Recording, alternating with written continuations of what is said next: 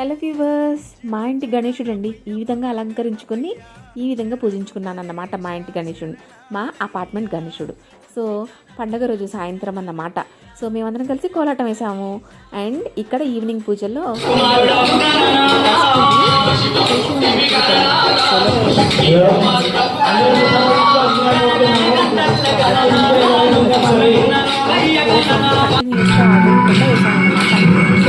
జాబీ జాబే వేసాము.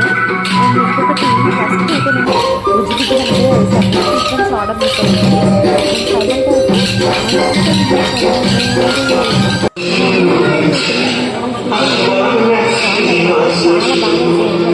మా అపార్ట్మెంట్ బాగా